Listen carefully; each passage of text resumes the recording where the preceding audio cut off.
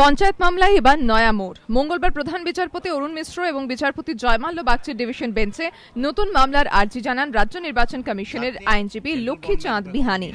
তিনি জানান, হাইকোর্টের নির্দেশ অনুযায়ী পঞ্চায়েত ভোট পরিচালনার জন্য কমিশনের মোট 2,41,760 জন পুলিশ দরকার। এর মধ্যে 1,45,683 সশস্ত্র পুলিশ এবং 96,077 জন লাঠিধারী কনস্টেবল। আদালতের নির্দেশ অনুযায়ী 2রা জুলাই প্রথম পর্বের ভোটের জন্য মোট নিরাপত্তা কর্মী দরকার 1,46,183। এর মধ্যে সশস্ত্র পুলিশ 95,000, লাঠিধারী পুলিশ 51,183। আরজিতে লক্ষ্মীচাঁদ বিহানি বলেন, কমিশনের চাহিদার কথা গত 22শে মে চিঠিতে তো বটেই, 14 জন চিঠি দিয়ে মুখ্য সচিবকেও জানানো হয়েছে। সরকার জানিয়েছে তারা মাত্র 55,588 জন পুলিশ দিতে পারবে। তবে তার মধ্যে সশস্ত্র এবং লাঠিধারী পুলিশের সংখ্যাটা কত তা তারা স্পষ্ট করে বলেনি। উপরন্তু সরকার জানিয়েছে কেন্দ্র সশস্ত্র বাহিনী পাঠাতে পারবে না বলে জানিয়েছে। এই প্রেক্ষাপটে সময় মতো ভোট করতে হলে অবিলম্বে রাজ্যকে পুলিশ জোগাড়ের নির্দেশ দিক আদালত। আরজিতে আরও জানানো হয়, মনোনয়ন পর্ব চলাকালীন রাজ্য সরকারের কাছে 32,150 জন পুলিশ চাওয়া হয়, অথচ রাজ্য সরকার মাত্র 3,884 জন পুলিশ দিতে পেরেছে।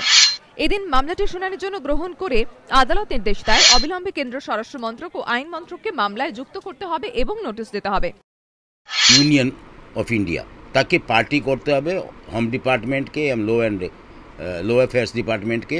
তাদের উপর আমরা আজকে কপি সার্ভিস করব এবং কালকে সকালে 10:30টায় মামলা হবে। আইনজীবী মহলের মতে, কেন্দ্র স্বরাষ্ট্র মন্ত্রককে এই মামলায় যুক্ত করার নির্দেশ যথেষ্ট তাৎপর্যপূর্ণ। আইনজ্ঞরা মনে করছে, পঞ্চায়েত মামলায় বাহিনী প্রসঙ্গে কেন্দ্র সরকারের অবস্থানও স্পষ্ট জানতে চাইছে হাইকোর্ট। সেক্ষেত্রে প্রয়োজনে বাহিনী পাঠানোর জন্য কেন্দ্রকে নির্দেশও দিতে পারে আদালত।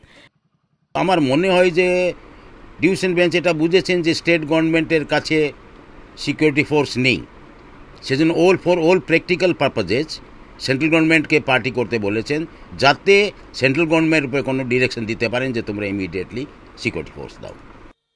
বিকেলের মধ্যেই দুই মন্ত্রকের কাছে কমিশনের নোটিশ পৌঁছে যায়। বুধবার সকাল 10:30টায় এই মামলার শুনানি। উপস্থিত থাকবেন কেন্দ্রীয় স্বরাষ্ট্র মন্ত্রকের আইনজীবীও। এখন এই পরিস্থিতিতে তাঁর বক্তব্য পঞ্চায়েত মামলার ক্ষেত্রে অত্যন্ত গুরুত্বপূর্ণ হয়ে উঠতে চলেছে বলেই মনে করছেন আইনজ্ঞরা।